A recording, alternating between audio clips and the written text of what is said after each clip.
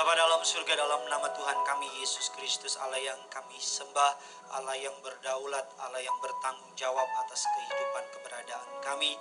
Kami tidak takut, kami tidak gentar, sebab kami tahu siapa yang beserta kami.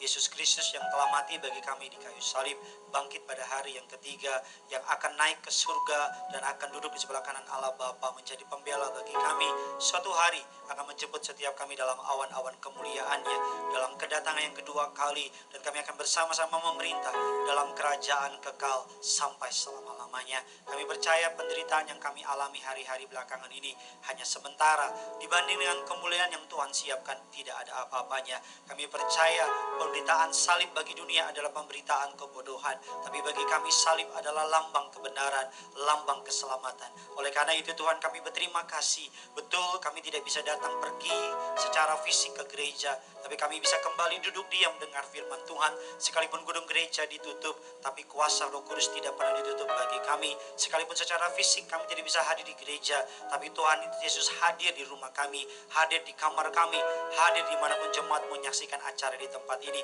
Kami mengangkat tangan, kami mengucap berkat. Berkati siapapun mereka yang menonton, siapapun mereka, baik mereka orang-orang yang belum percaya kepada Yesus, selesai dari ibadah hari ini mereka diselamatkan.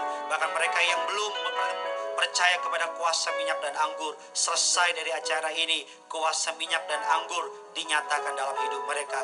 Jaringan kami serahkan ke dalam tangan Tuhan, jaringan lancar, jaringan indah sampai dengan sesi yang terakhir. Hamba-Mu yang terbatas, yang tidak ada apa-apanya tanpa-Mu Tuhan. Pengurapan daripadamu tercurah, setiap kata kalimat berasal dari Tuhan. Taruh perkataan-Mu dalam perkataanku, taruh isi hati-Mu dalam hatiku, bahkan taruh kerinduan-Mu dalam kerinduanku, agar setiap kata kalimat yang keluar, nama Yesus yang dipermuliakan. Setiap kita yang siap diberkati firman Tuhan, Allah Roh Kudus, Engkau disambut di tengah-tengah kami. Dalam nama Bapa, Putra dan Roh Kudus, dalam nama Tuhan Yesus. Sama-sama kita yang percaya, kita katakan amin. Kita kasih tepuk tangan yang dahsyat ajaib bagi Tuhan kita. Silakan duduk kembali saudara. Haleluya, puji Tuhan. Suatu kehormatan buat saya kembali bisa melayani saudara dalam ibadah live streaming Gereja Tiberias Indonesia minggu ke-9. Masih di rumah saja. Kita tidak tahu kapan pandemi ini berakhir, tapi apapun itu yang terjadi, kita percaya Tuhan Yesus tetap pegang kendali. Sama-sama bilang sama saya, Tuhan masih pegang kendali. Amin saudara. Minggu ke-9 kita doa agar pandemi ini segera berlalu, bangsa kita dunia menang atas pandemi ini, dan terutama anak-anak Tuhan keluar dari pandemi ini mengalami perubahan, mengalami pertobatan, metanoia, menjadi pribadi yang baru. Yang percaya katakan amin. Haleluya. Langsung saja siapkan pulpen saudara, siapkan catatan saudara, ambil Alkitab saudara. Selalu saya encourage saudara, saudara walaupun secara fisik tidak di gedung gereja, tapi saudara sedang menyembah Raja segala raja, Khalik langit dan bumi. Artinya apa Pak Pendeta? Artinya menghampiri tatanya dengan rasa takut dan gentar. Bukan takut dan gentar hal yang negatif, tapi takut dan gentar dengan perasaan penghormatan. Maksudnya apa? Sederhananya saudara, ketika saudara dengar firman, menyembah pakai baju yang sopan, duduk dengan yang rapi, siapkan diri saudara, jangan sambil makan, jangan sambil ketawa-ketawa, siapkan diri saudara agar firman Tuhan ini yang telah ditetapkan untuk saudara dengar dan tidak dapat dicuri oleh siapapun juga, dan menjadi berkat buat saudara. Yang percaya katakan amin. Haleluya. Ini yang Tuhan taruh di hati saya. Tema khotbah saya adalah domba di tengah-tengah serigala. Sheep in the midst of wolves. Domba di tengah-tengah kawanan serigala. Rasa-rasanya kalau kita baca, kita buka ayat pembukaan Yohanes 1 ayatnya yang ke-29.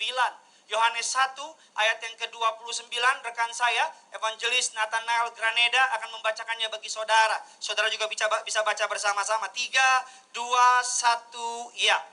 Pada keesokan harinya, Yohanes melihat Yesus datang kepadanya dan ia berkata, "Lihatlah, anak domba Allah yang menghapus dosa dunia." Lompat ke Matius 10 ayatnya yang ke-16. Matius 10 ayatnya yang ke-16.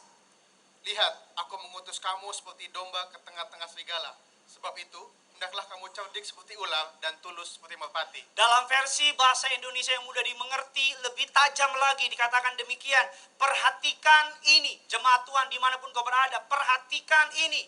Aku mengutus kalian seperti domba yang tidak berdaya ke tengah-tengah serigala ganas.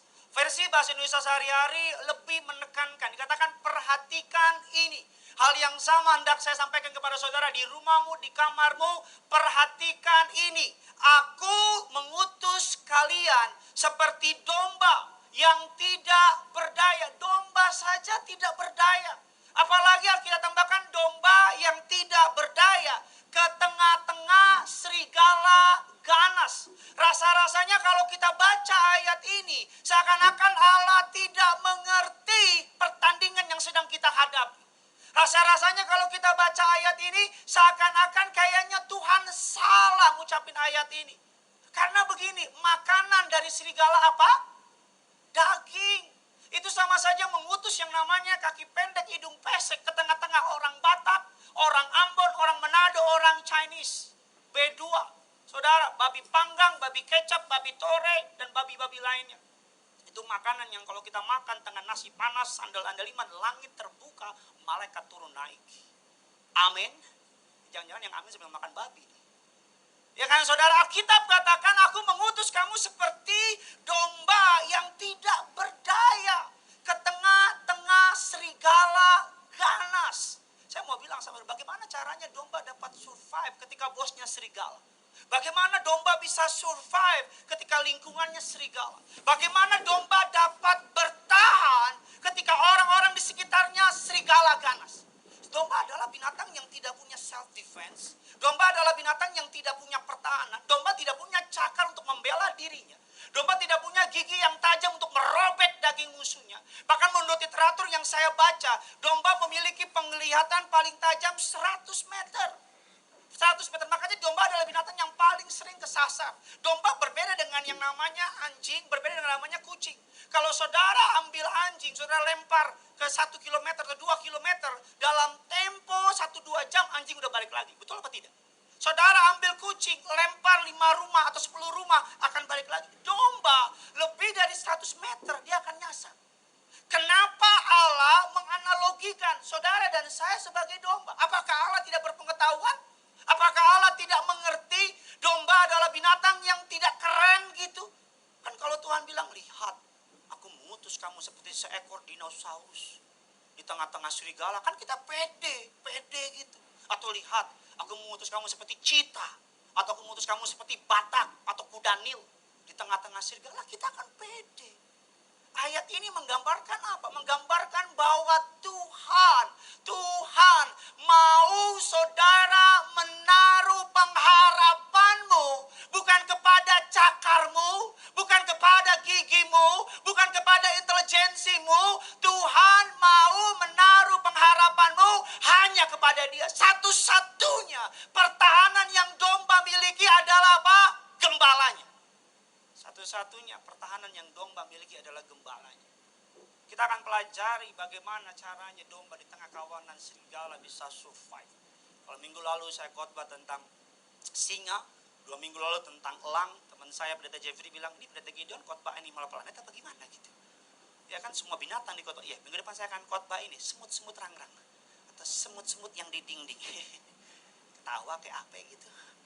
Kita akan belajar yang pertama, saudara, kita katakan kita disebut sebagai manusia. Yesus disebut sebagai anak manusia. Kita disebut sebagai domba, Yesus disebut sebagai anak domba. Gambaran apa? Gambaran Allah dalam segenap kekayaan, kekuasaan, kemuliaannya. Dia merendahkan hatinya, merendahkan dirinya, tidak menganggap kesetaranya dengan Allah sebagai sesuatu yang perlu dipertahankan. Dia mengambil gambaran sebagai anak domba. Anak domba itu gak punya kekuatan, gak punya apa-apa. Makanya saya selalu bilang, saya it's okay dibilang orang yang lemah. Saya gak apa-apa dibilang bukan orang yang kuat. Saya gak apa-apa dibilang orang yang gak bisa bela dirinya sendiri. Karena saya tahu kalau saya bela diri sendiri, saya kalah. Karena saya tahu kalau saya mengandalkan kekuatan sendiri, saya dipermalukan. Saya berlindung bukan karena kemampuan, kekayaan atau apapun yang saya punya. Saya berlindung ke dalam gembala saya yang baik. Makanya Raja Daud berkata apa? The Lord is my shepherd. Tuhan adalah gembalaku. Apa yang bisa kita belajar? Yang pertama, domba adalah, saya masuk dalam inti khotbah saya. Yang pertama, domba adalah binatang yang fully dependable, sangat bergantung kepada gembalanya.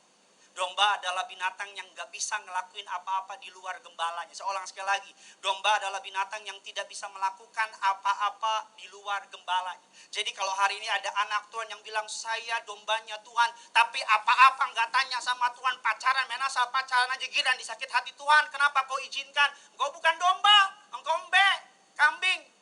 Kalau saudara bisnis gak tanya sama Tuhan, engkau ngerasa engkau mampu karena engkau berpengalaman, engkau ngerasa engkau hebat karena engkau sanggup. Saya selalu kalau naik mimbar sampai hari ini, saya tanya sama teman-teman pendeta saya, lo naik mimbar tegang gak? Tegang bro. Saya ngobrol sama gembala saya, kok naik mimbar masih tegang sih? Ibu gembala bilang apa? Bagus. Orang kalau naik mimbar masih tegang, artinya apa? Masih mengandalkan Tuhan. Orang kalau udah naik mimbar gak tegang, udah anggap kayak show gitu, show.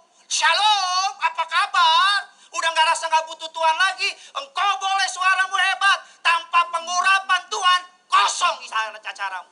Engkau boleh khotbahmu hebat, tanpa pengurapan Tuhan, jemaat gak akan datang sama saudara. Saudara boleh profesor, doktor, kaburator, pocong, dan lain-lain. Saudara boleh sekolahmu tinggi. Engkau boleh S1 di bulan, S2 di Neptunus, S3 di Pluto gitu. Tapi kalau engkau gak bergantung sama Tuhan, jemaat akan dibuat bingung sama khotbah saudara. Tapi saudara boleh gak berpendidikan, tapi punya hati yang bergantung sama Tuhan. Hari-hari ini saya mau bilang, apa sih yang mau disombongin? Hari-hari saya mau bilang, mau berapa lama lagi engkau andalkan kekuatan? Bukankah engkau sudah dipermalukan oleh kekuatanmu sendiri? Bukankah engkau sudah dipermalukan oleh hartamu? Bukankah hari-hari ini Tuhan menunjukkan kepada kita, harta gak bisa tolong, uang gak bisa tolong. Kenapa kita disebut sebagai domba? Kenapa domba disebut sebagai binatang yang tidak dapat mempertahankan dirinya? Domba dalam rantai makanan adalah binatang yang paling bawah. Domba adalah binatang yang dia bukan memangsa tapi dimangsa. Domba punya penyakit yang namanya cash sheep atau cash sheep down. Atau domba dia kalau makan, kalau udah kenyang, dia jatuh. Dan kalau udah jatuh, dia nggak bisa diri. Ini ada videonya. Ini saudara ya. Ini gambarnya, Bapak tampilkan saja gambarnya. Ini bahaya dari serigala. Dan di sebelah kanan, bahaya cast down sheep. Domba kalau udah makan nih, kalau udah makan, udah kenyang, gitu saudara ya. Kalau udah kenyang, dia tuh kadang-kadang saking santainya, dia suka lupa. Lupa apa? Lagi santai-santai, lagi enak-enak, tiba-tiba kepleset. Dan ketika dia kepleset, dia kayak kura-kura begini. Nggak bisa diriin. Kadang-kadang kita juga gitu kan, udah kaya, udah naik jabatan, udah promosi, keadaan baik, kita santai. Kita nggak cari Tuhan lagi, kita nggak doa lagi, kita nggak masuk jam doa lagi, kita udah males ke gereja. Karena apa? Keadaan nyaman. Makanya saya ngucap syukur hari ini Tuhan goncang kita. Saya ngucap syukur hari ini Tuhan obrak kita. Saya ngucap syukur hari-hari ini Tuhan sedang guncang sarang kita. Kadang-kadang rasa aman membuat kita jauh dari Tuhan. Seorang hamba Tuhan namanya C.S. Lewis mengatakan demikian. Dalam keadaan senang, Allah berbisik kepada kita. Tapi dalam keadaan susah, Allah berteriak kepada kita. Ada satu video menarik Tuhan tampilkan. Cast down sheep, ini video domba dia gak bisa berdiri lagi. Oke.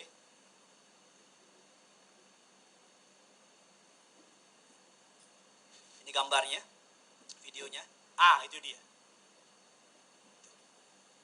Domba kalau udah makan kenyang, gitu aja tuh udah. Sampai kapan? Sampai Tuhan datang kedua kali. Begitu aja. Nah itu dia tuh. Udah. Ini udah domba yang desperate. Putus asa. Udah. Tuh. Ini yang baru. Nih, satu. Jalan aja susah. Udah kenyang. Nah ini juga satu nih. Tuh. Nih. Saudara lihatnya lucu ya. Lihatnya lucu ya. Saudara tuh. Udah tuh. Udah begini terus. Mirip kayak kura-kura.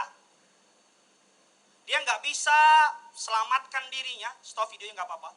Dia nggak bisa selamatkan dirinya. Dia nggak bisa tolong dirinya. Domba saudara, kalau udah cast down sheep, kalau begitu, Dia kalau nggak ada yang balikin, dia nggak bisa balikin diri sendiri. Dia kalau nggak ada yang balikin, dia akan mati dalam keadaan seperti itu. Dan celakanya dia bukan sekali, dua kali. Dalam satu hari, puluhan kali domba bisa jatuh seperti itu. Gambaran apa? Gambaran engkau dan aku.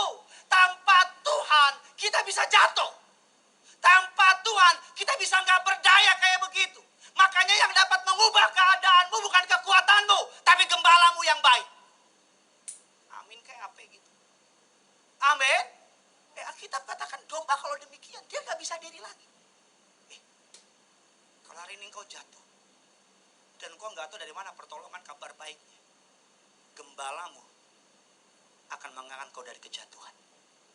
Kalau hari ini engkau down, drop, tabunganmu drop, ekonomimu drop, kesehatanmu drop, dan engkau udah susah payah mencari pertolongan. Kabar baiknya, saudara cek, domba nggak akan bisa balik badannya sendiri tanpa pertolongan dari gembalanya. Dan berikutnya, domba, bulunya adalah hartanya. Gambar berikutnya tadi, domba bulu domba Christ ya saudara, ya ini dia. Domba Christ, domba terberat. Domba hartanya adalah bulunya. Semakin banyak bulunya, semakin banyak menghasilkan uang. Gambar dombanya saja, karena oke. Ini saudara, ini beratnya 40,2 kilogram. Hanya bulunya saja. Kurang lebih sudah hampir 5-6 tahun tidak dipotong. Bagi orang ini lihatnya uang. Tapi bagi domba, ini adalah alarm kematian. Karena domba dia nggak mungkin pergi ke barbershop dan bilang tolong potong dong. Dia apa, tangannya skinhead. Itu lucu sebenarnya, nggak ada yang ketawa ya, makasih ya. Saudara, ini domba dia nggak bisa potong dirinya sendiri, nggak bisa potong bulunya. Dan kalau udah seperti ini, dia jalan semakin pelan. Apalagi kalau hujan, air hujan akan memenuhi badannya dan akan pelan, tapi pasti ada yang namanya parasit, ada yang namanya kuman, peran tapi pasti dia akan mati. Saya ngucap syukur Tuhan gak bilang kita kamu adalah macan tutul, kamu adalah apa, tapi Tuhan bilang kamu adalah domba. Firman Tuhan mengatakan demikian, di luar aku engkau tidak dapat berbuat apa-apa, di dalam aku engkau dapat berbuah lebat. Katakan amin. Kabar baiknya, kita lihat firman Tuhan. Kita akan sama-sama belajar lebih dalam lagi. Yohanes 5. Yohanes 10 saja langsung. Yohanes 10. Ayatnya yang ke-14 dan 15. Silakan. Akulah gembala yang baik, dan aku mengenal domba-dombaku, dan domba-dombaku mengenal aku. Sama seperti Bapa mengenal aku, dan aku mengenal Bapa, dan aku memberikan nyawaku bagi domba-dombaku. Akulah gembala yang baik. Sama-sama bilang sama saya, Yesus gembala yang baik. Hari ini kabar baiknya, kalau engkau sedang ketakutan, sedang kekhawatiran, datang kepada gembala agung, Yesus Kristus Tuhan nama. Satu kabar menarik atau satu insight menarik. Domba kalau dia lapar, dia akan mengembik berkali-kali kepada gembalanya. Dan gembalanya tahu ini makan. Bahkan gembala yang baik ketika masuk musim dingin akan masuk ke sebuah goa. Cek ada binatang gelap, binatang pemangsa apa tidak. Dan yang menarik apa? Domba tidur di dalam goa, gembala tidur di luar. Kenapa? Karena gembala mengutamakan domba. Gembala akan berjaga-jaga di luar semalam-malaman supaya domba tidak mati, tidak sakit, tidak dimangsa. Kalau manusia saja bisa memelihara binatang demikian rupa, terlebih Bapamu di surga. Dia sanggup pelihara saudara di masa sukar ini. Dia sanggup, makanya Raja berkata, dia gembala yang baik. Ia membaringkan aku di padang yang berumput hijau. Ia menuntun aku ke air yang tenang. Ia menyegarkan jiwaku. Daud, dia adalah shepherd, dia adalah gembala. Dia tahu betul betapa domba bergantung kepada gembalanya. Makanya hari ini bergantung penuh kepada Tuhan. Apapun keputusan yang saudara sedang ambil, libatkan Tuhan. Apapun yang saudara sedang hadapi, gembala dia akan tinggal diam menolong domba-domba. Yang kedua, kita cepat saja apa yang bisa kita pelajari dari kisah domba. Yang pertama, domba adalah binatang yang bergantung penuh kepada gembalanya. Yang kedua, domba adalah binatang yang hanya mendengar suara dari gembalanya. Yohanes 10, 27, 28. Silakan. Domba-dombaku mendengarkan suaraku, dan aku mengenal mereka, dan mereka mengikut aku. Dan aku memberikan hidup yang kekal kepada mereka, dan mereka pasti tidak akan binasa sampai selama-lamanya. Dan seorang pun tidak akan merebut mereka dari tanganku. Domba-dombaku mendengarkan suaraku dan aku mengenal mereka. Ada cerita yang menarik, domba adalah binatang yang hanya mendengar komen atau order dari gembalanya. Ada video yang bisa tolong ditampilkan. Saya mau bilang sama saudara, domba tahu suara kambingnya, suara gembalanya. Gembala tahu suara. Suatu hari semenjak saya menikah, kalau saya pergi keluar kota atau keluar angkasa, orang kaya, gak lucu ya, makasih. Kalau saya pergi keluar kota, saya suka telepon mama saya. Dan saya kalau telepon mama saya orangnya suka iseng. Saya suka ubah-ubah suara saya. Saya suka bilang, halo, selamat siang. Bisa bicara dengan Ibu Yanti. Nama mama saya Yanti, awas ya, bercandain ya, neraka saudara. Saya ketemu saya, Yanti, awas neraka saudara ya. Jadi saya telepon gitu. Saya tahu yang ngangkat pasti mama saya. Saya bilang, halo, selamat siang. Betul Ibu Yanti? Dengan Kompol Rudi dari Polda Metro. Mama saya langsung ngomong, Bontot. Saya bilang, siapa itu Bontot? Saya Kompol Rudi, Bontot. Ke Papa Riaji bilang, pendeta pendusta lempar dari mimbar. Ampun. Besoknya lagi saya telepon, saya bilang, halo, Ibu Yanti ada? Siapa? Dari setiap kali saya, halo, semua kata-kata mama saya bilang, Bontot. Mama saya mau suara saya ubah kayak apa juga, dia tahu suara saya. Anak saya Genesaret, saudara. Orang lain boleh panggil dia Gene, dia nggak nengok. Tapi kalau saya yang teriak, Genesaret, Benjamin, Simanjun, dia langsung ketawa. Wah, gitu. Anak saya suatu hari pergi sama anak saya, sama istri saya ke tempat permainan anak-anak. Ada begitu banyak tangisan anak kecil, saya santai. Tapi giliran anak saya cuma nangis sedikit aja, padahal banyak suara, saya langsung nengok. Karena saya tahu itu anak saya. Anak saya lagi main di depan orang banyak orang teriak, nak, anak saya nggak nengok. Tapi giliran papanya ngomong, nak, anak saya nengok.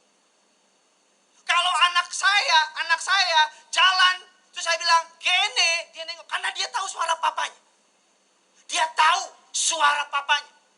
Domba punya kemampuan, betul dia nggak punya kekuatan, betul dia nggak punya cakar, tapi dia punya telinga yang mau dengar sama Tuhan. Dia punya telinga yang mau dengaran sama Tuhan.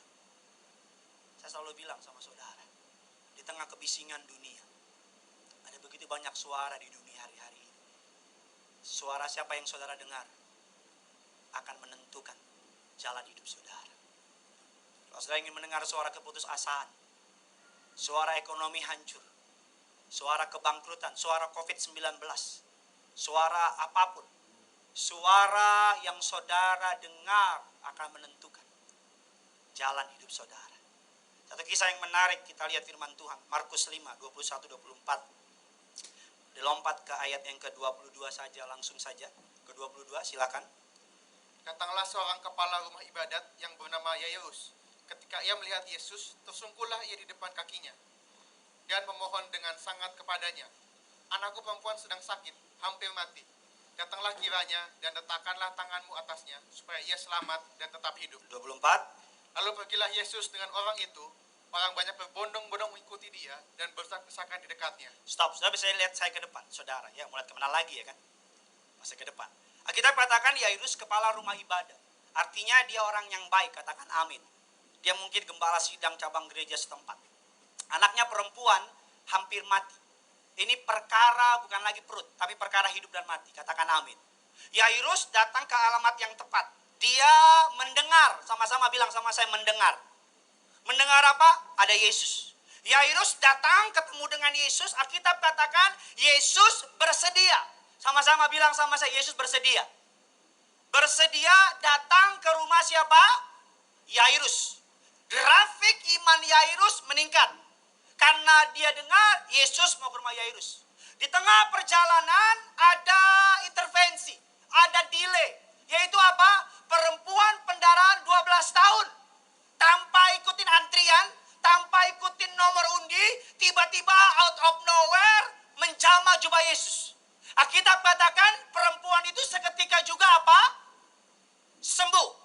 Perempuan ini 12 tahun pendarahan, anak Yairus 12 tahun. Saudara, Alkitab katakan Yairus melihat perempuan pendarahan itu 12 tahun sembuh, imannya tadinya naik, tambah naik. Kalau ibarat grafik itu jebol ke atas. Mungkin Yairus, oh ya istrinya, handuk atau hantu. Ini kalau ibadah umum udah teriak, wah udah jungkir balik semua. Hani atau beb, perempuan 12 tahun pendarahan sembuh sayang. Apalagi anak kita. Kita lompat ke ayat selanjutnya. Seorang dari kepala rumah ibadah itu. Markus 5:35.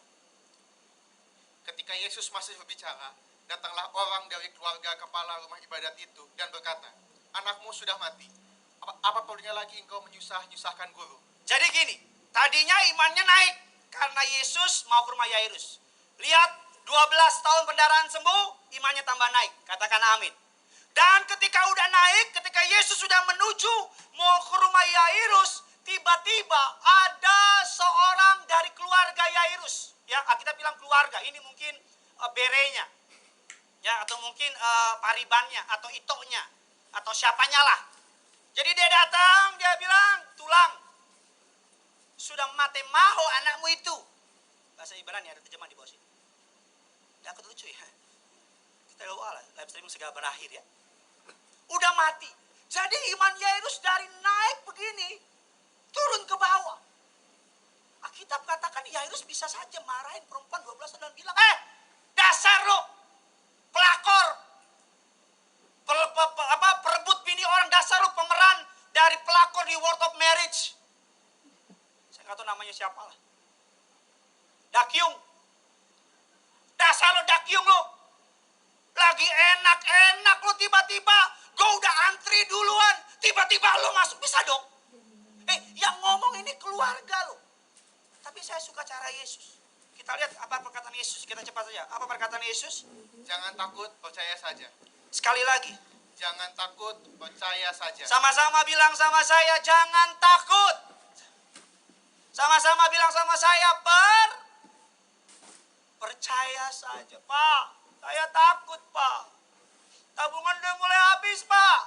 Jangan takut, percaya saja. Pak, saya takut Pak. Uang udah gak ada lagi Pak. Sekolah harus bayar Pak. Anak-anak Pak. Percaya saja. Pak, saya takut Pak. Gak ada lagi yang bisa dijual Pak. Tadi ada jemaat DM saya. Pak, tolong doain. Selama pandemi ini pengeluaran saja gak ada pemasukan. Rumah udah mau disita Pak. Besok-besok mau makan pakai apa saya nggak tahu Pak. Saya bilang sama orang tersebut, dia gembala yang baik. Saya nggak pernah lihat gembala yang baik dari kambing atau domba-dombanya ada yang kurus kering, ceking gitu kayak orang Ethiopia. Nggak ada. Jangan takut, percaya saja. Ayat selanjutnya, Yesus tidak membiarkan seorang pun mengikuti dia. Betul apa tidak? Yang boleh cuma siapa? Simon Petrus, Yohanes, Yakobus, dan Yairus. Kenapa nggak boleh? Karena kalau orang banyak ikut Yesus, orang banyak cuma ngomong doang. Mereka akan bilang, ya udah mati, mati lu. Jadi iman Yairus gak akan bangkit. Makanya Tuhan bilang apa? Secara publisitas adalah baik kalau banyak orang ikut pergi sama Yesus. Karena kalau bangkit orang akan bilang Yesus hebat. Tapi Yesus bilang apa? Tidak boleh ada yang ikut. Kecuali Yairus dan 3 orang inner circle-nya. Makanya saya mau bilang, teman gak usah banyak-banyak Pak. Gak usah banyak-banyak Bu. Buat apa engkau kelilingi teman yang banyak, tapi semuanya gak punya pengenalan akan Tuhan, gak punya iman, gak punya pemahaman dengan Tuhan. Karena kalau engkau dikelilingi oleh orang seperti itu, kalau saudara bayangin Yesus pergi sama Yairus dan orang banyak ikut, mungkin orang akan bilang, Yairus udah mati. Mungkin ada orang bilang belakang, kasihan ya, masih 12 tahun udah mati. Ampun, belum punya Facebook lagi. Dan lain-lain. Sampai di rumah Yairus, Alkitab katakan apa? Yesus mengusir semua orang. Diusir. Padahal yang punya rumah bukan dia. Diusir semua. Apa yang Yesus lakukan? Yesus sedang melindungi iman dari Yairus. Makanya saya mau bilang, suara siapa yang kau dengar akan menentukan masa depan yang saudara terima. Mungkin suara dunia berkata, gak mungkin lo bisa bangkit. Mungkin iblis pakai tetanggamu, iblis pakai istrimu, bahkan iblis mungkin pakai teman dekat, bahkan mungkin iblis pakai orang yang kelihatannya rohani dan bilang, gak mungkin kamu maju. Suara siapa yang kita dengar akan menentukan mukjizat yang kita terima. Suatu hari kakak saya di Manado, saya 6 bersaudara, saya anak ke-6. Saudara nggak nanya, saya kasih tahu ya. Saya anak ke-6, kakak saya nomor 4. Ya nomor 4, namanya Sondang Mutiara Irawati. Orang Itali, kalau orang Batak lah ya. Namanya Sondang, kalau udah Sondang, Marepet. Terus siapa lagi ya? Itu pasti orang Yahudi lah gitu ya. Sondang, Marepet. Terus apalagi Johnson, Johannes, itu orang Batak udah pasti. Ya kan, siapa lagi? Ya pokoknya itulah ya saudara. Saya lagi di Manado pelayanan, terus mama saya telepon, Bontot, kakak kamu divonis dokter, long story short, singkat cerita saja, kakak kamu divonis dokter kanker di rahimnya. Ada tumor, kanker apa tumor, saya nggak ngerti itu sama apa tidak, kurang lebih 4-6 cm di kandungannya. Dokter vonis harus diangkat kandungannya. Saudara, dari perjalanan ke Manado saya izin sama youth leader, karena waktu pelayanan sama Kak Argo Pariaji, saya izin, saya bilang, Kak, saya harus ada buat keluarga saya. Dan Kak Argo bilang, go ahead, family first. Saya kembali di pesawat, saya bilang sama Tuhan, Tuhan, saya ini pastor di gereja Tiberius, gereja kuasa mukjizat, gereja yang terkenal dengan kuasa dan mukjizat. Kan gak lucu kalau ditanya orang, Pak Pendeta, kakaknya dioperasi ya? Oh puji Tuhan dioperasi. Kan gak lucu. Singkat cerita, sampai di rumah kakak saya berat badannya dari 50 kilo dalam tempo 2 minggu jadi 30 kilo, turun 20 kilo.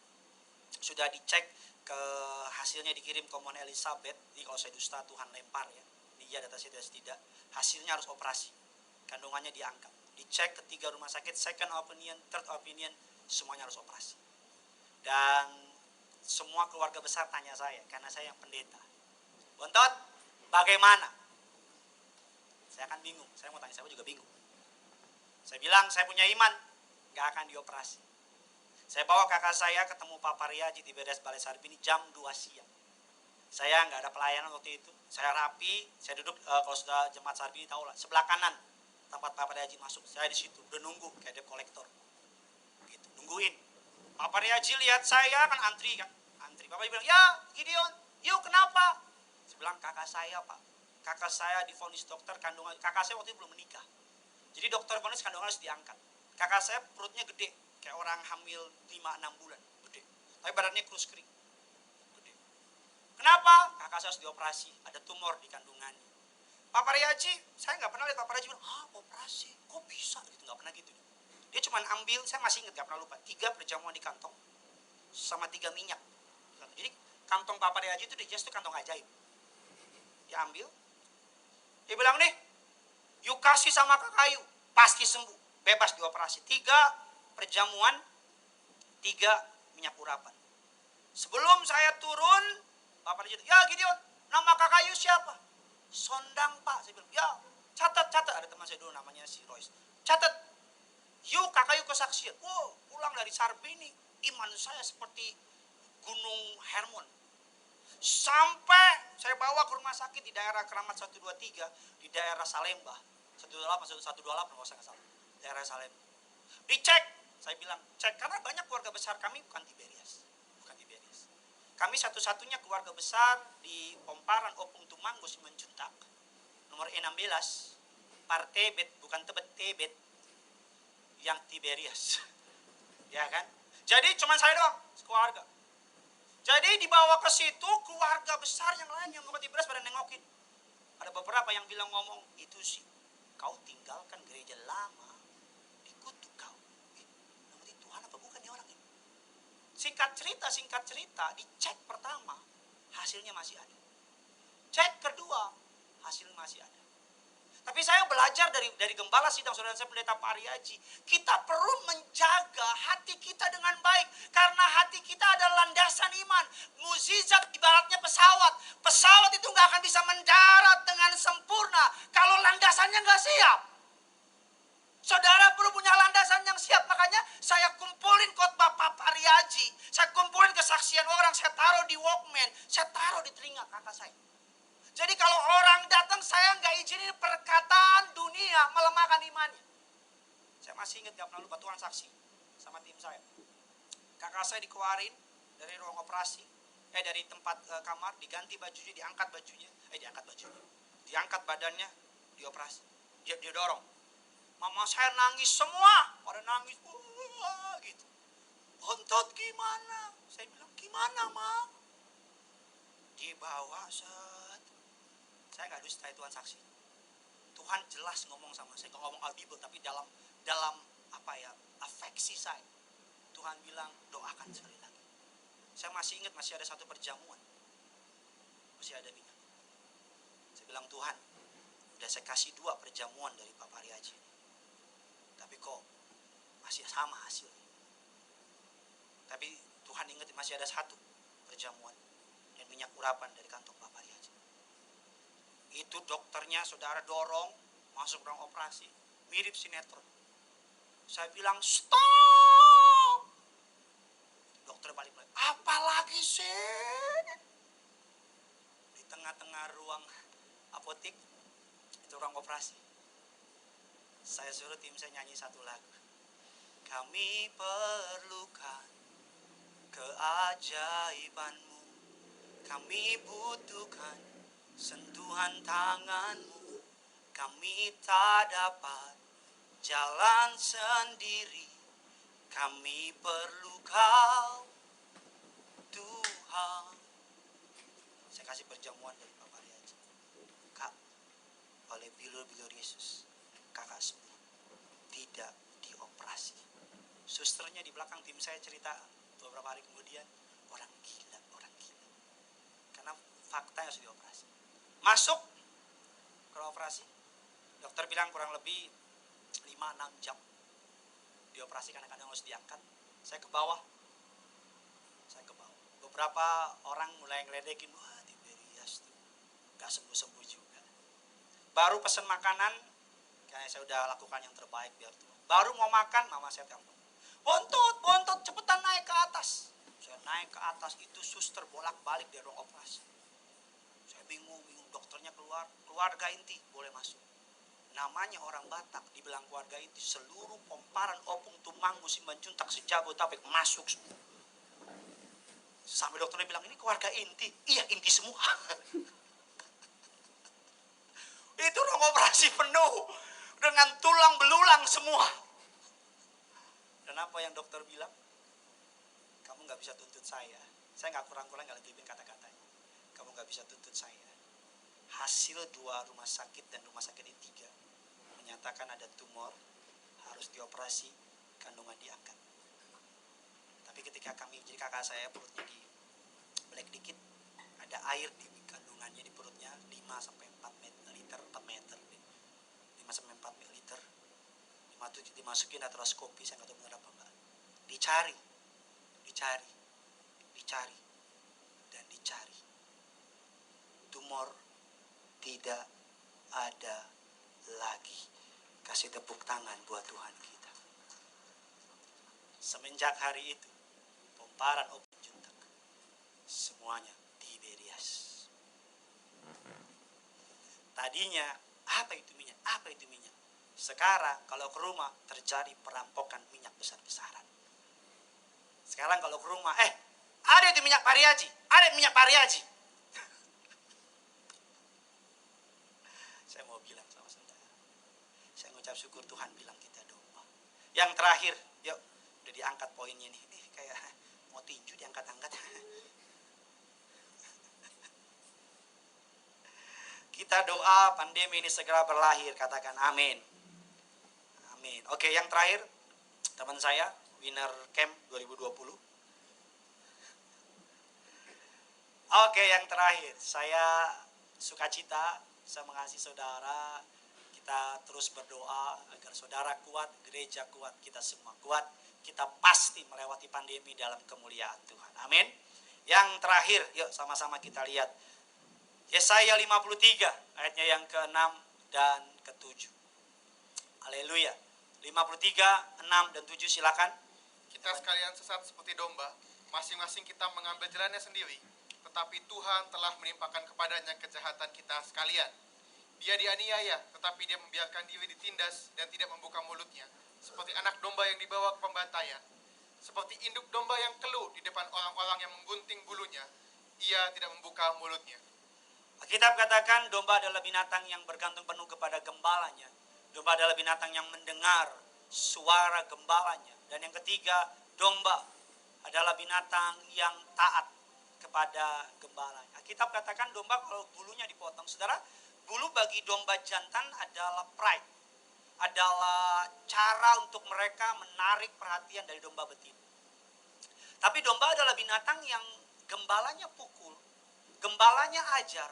Gembalanya tarik. Apapun yang gembalanya lakukan kepada domba. Domba nggak pernah marah. Domba nggak pernah ngeluh. Makanya Alkitab katakan Yesus adalah anak domba Allah.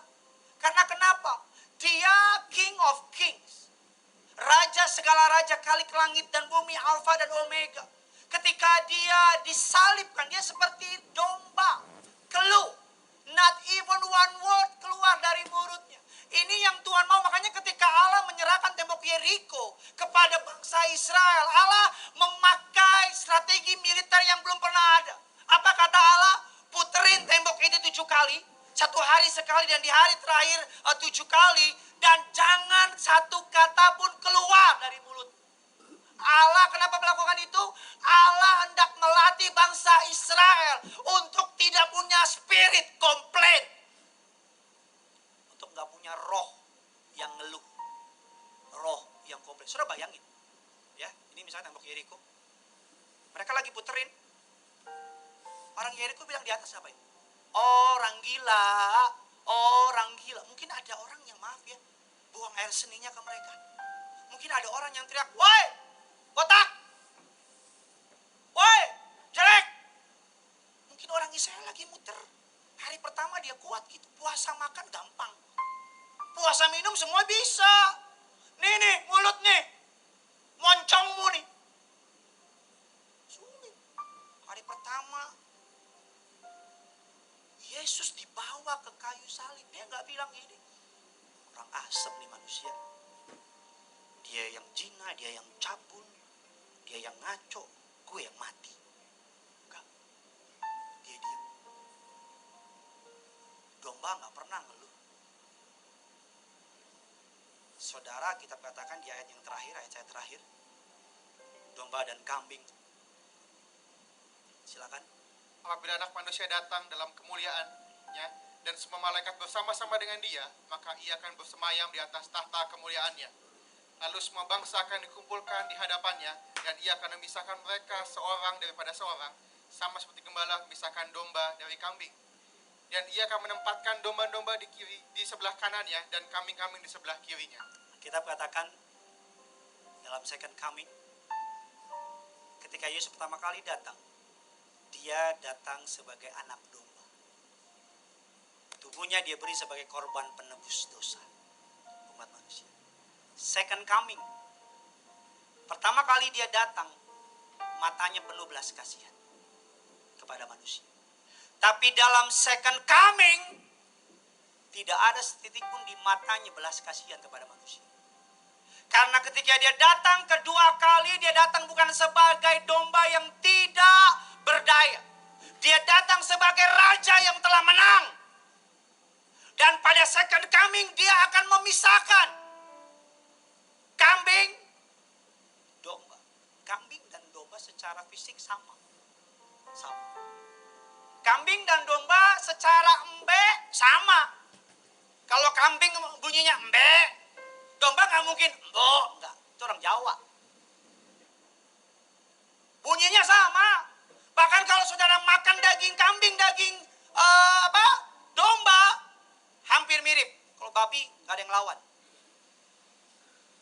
Maksudnya apa? Bukan penampilan lahiriamu yang penting gitu. Di akhir zaman akan banyak orang berseru, aku bernubuat demi namamu, mengusir setan demi namamu, menyembuhkan orang demi namamu, berseru Tuhan, Tuhan, Tuhan. Apa kata Yesus? Hanyalah kamu sekalian, aku tidak pernah mengenal engkau. Saya tutup dengan demikian. Pak, keadaan ini berat. Jangan manja lah. Bukan engkau dong yang diproses. Orang beriman diproses enggak? Diproses. Tahukah saudara mutiara dari kerang? Dari mana asal mutiara? Mutiara adalah tangisan dari kerang. Kerang punya refleks yang berat, yang sangat lambat. Dia akan membuka, pasir akan masuk. Dan pasir itu akan melukai daging dalam kerang. Dan akan menutup. Refleksnya lama. Untung mata kita nggak kayak kerang. Kalau kayak kerang udah buta dari dulu. Jadi semakin banyak pasir, di dalamnya akan melukai dagingnya. Dan akan mengeluarkan cairan yang mirip kayak air mata. Dibiarin bertahun-tahun akan hasilkan mutiara. Singkat cerita, mutiara adalah tangisan dari kerang. Doa saya melalui pandemi ini ketika ini berakhir, ada banyak mutiara-mutiara indah keluar dari hati saudara dan saya. Selamat hari Minggu, Tuhan Yesus memberkati. Kita sama-sama bangkit berdiri, kita datang sama Tuhan. Ada banyak yang diberkati firman Tuhan. Bisa lambaikan tangan saudara. Sama-sama pegang tangan istrimu, pegang tangan suamimu, datang sama Tuhan. Haleluya. Sama-sama kita datang sama Tuhan. Kau gembala yang baik. Haleluya. Sama-sama kita datang sama Tuhan. Haleluya. Engkau gembala yang baik, kau menuntun hidupku dan bawaku ke air tenang, menyegarkan jiwaku. Sekalipun ku berjalan dalam lembah kegelapan, tak akan gentar ku melangkah, sebab Engkau besertaku. Bersama-sama kita berikan kemuliaan bagi Tuhan. Sama-sama katakan. Engkau gembala yang baik, kau menuntun hidupku dan bawaku ke air tenang. Bawaku ke air tenang, menyegarkan jiwaku. Sama-sama angkat tanganmu, katakan sekalipun ku berjalan dalam lembah kegelapan, takkan gentar ku melangkah, sebab Engkau besertaku. Mari biar jemaat Tuhan dengan rekan saya Pendeta Reno, sama-sama kita angkat lagu, dikatakan Engkau gembala yang baik. gembala yang baik. Taruh tangan kirimu di dada, angkat tangan kanan. Menuntun hidup Sekalipun kau sedang melewati lembah kekelaman, dan bawaku ke air tenang. kau yang sedang letih lesu berbeban berat, Menyegarkan jiwaku. sama-sama dengan bangga, sekalipun ku berjalan Dalam lembah kekelaman, takkan gentar takkan gentar ku melangkah, sebab mari bersama-sama kita angkat lagu kemenangan kita. Sekalipun ku berjalan dalam lembah kegelapan, takkan gentar ku melangkah, sebab Engkau lebih sungguh lagi. Katakan sekalipun Tuhan, sekalipun ku berjalan dalam lembah kegelapan, takkan gentar ku melangkah, sebab Engkau beserta. Sambil angkat kedua tanganmu, ini lagu iman percaya kita. Sekalipun ku berjalan dalam lembah kekelaman,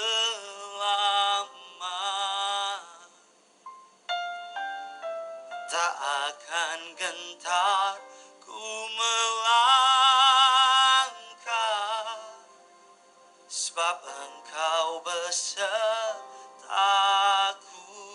Lebih sungguh lagi, sekalipun ku berjalan, sekalipun ku berjalan dalam lembah kekelaman. Pandemi ini gak akan hancurin orang percaya. tak akan gentar ku melangkah. Pandemi ini gak akan merusak rumah Tuhan. Sebab Engkau besertaku. Tetap angkat kedua tanganmu, biar musik mau dengan lembut. Ada banyak orang berpikir pandemi ini kiamat. Ada banyak orang berpikir pandemi ini menghancurkan gereja, menutup iman orang percaya. Ada banyak orang-orang percaya hari-hari ini bertumbangan dimanapun berada. Ada banyak orang-orang percaya hari ini ketakutan karena merasa nggak punya lagi kekuatan. Tapi Alkitab mengatakan, Dia gembala yang baik. Kita domba. Domba punya kemampuan mengembik, berseru. Saya beri saudara beberapa saat untuk berseru sama Tuhan. It's okay, air mata jatuh di pipi. It's okay, kau harus menangis. Kau usah lihat kiri kanan saudara. Berseru sama Tuhan. Berseru. Naikkan doamu, Pak. Naikkan doamu. Kalau engkau kepala rumah tangga dan engkau perlu bayar beberapa jumlah rupiah untuk keperluan rumah tanggamu, angkat tanganmu. Gada dan tongkatnya akan menghibur aku. Kalau engkau menjadi orang yang sedang melewati lembah kekelaman, angkat tanganmu. Sebab aku tidak takut bahaya, sebab Ia beserta aku. Kalau hari sedang menghadapi letih lesu beban berat, katakan, Ia menyegarkan jiwaku. Ia menuntun aku ke air yang tenang. Ia membaringkan aku di padang berumput hijau. Kau yang hari sedang mengharapkan berkat dari Tuhan, dikatakan kebajikan, kemurahan belaka akan mengejar hidupku seumur hidupku. Hari-hari ini Pak, bangkitkan imanmu. Angkat kedua tanganmu dan percayalah, Dia gembala yang baik. Haleluya Tuhan.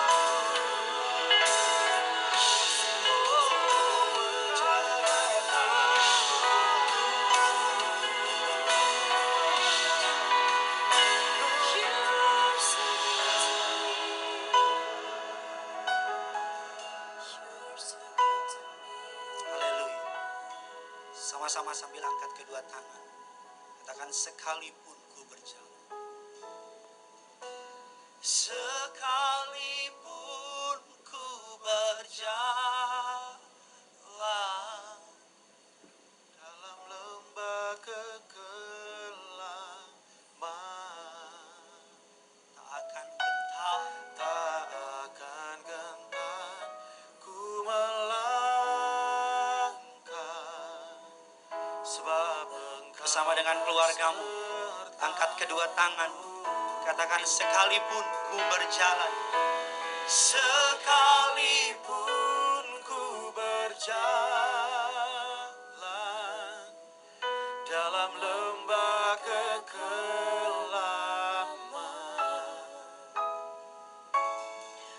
tak akan gentar ku melangkah, sebab